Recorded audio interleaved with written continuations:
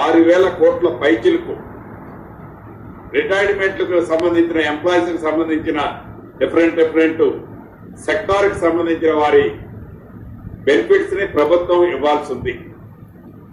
ఇది ఈ గడిచిన ఈ 2 సంవత్సరాల్లో మేము ఇచ్చింది పోంగా ఇదంతా కూడా ఆనాటి 10 సంవత్సరాల్లో ఎక్వివలెంట్ అవుతూ వచ్చింది. అయినా కూడా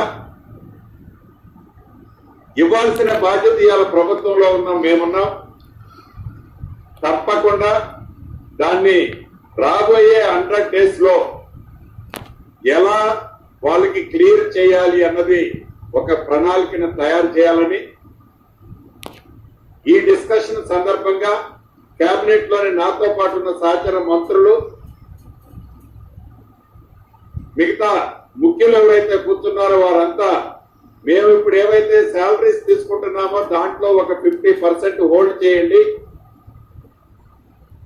హోల్డ్ చేయడానికి చేసి ఎంతైతే సేవింగ్స్ వస్తుందో దానికి మిగతా సోర్సెస్ లో దీన్ని కూడా యాడ్ చేయండి అని సహచర మంత్రులు కొంతమంది ప్రజాప్రతినిధులు కూడా ఆ డిస్కషన్ లో చెప్పడం జరిగింది.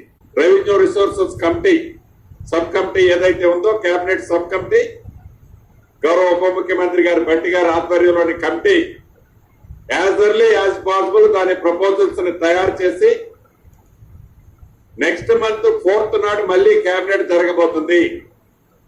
ఆ కేబినెట్ నాటికి ఈ రిటైర్డ్ అయిన ఎంప్లాయీస్ కి సంబంధించిన వారి బెనిఫిట్స్ అన్నింటినీ ఎలా ఇవ్వాలి, ఎలా ఇస్తున్నాము 100 days లో అనేది ఒక క్లారిటీ ఆ కేబినెట్ లో ఆమోదిస్తున్నామని చెప్పడానికి రిటైర్డ్ ఎంప్లాయీస్ అందరి పక్షాన నేను సంతోషంగా ఈ శుభవార్త వాళ్ళకి తెలియజేస్తున్నాను.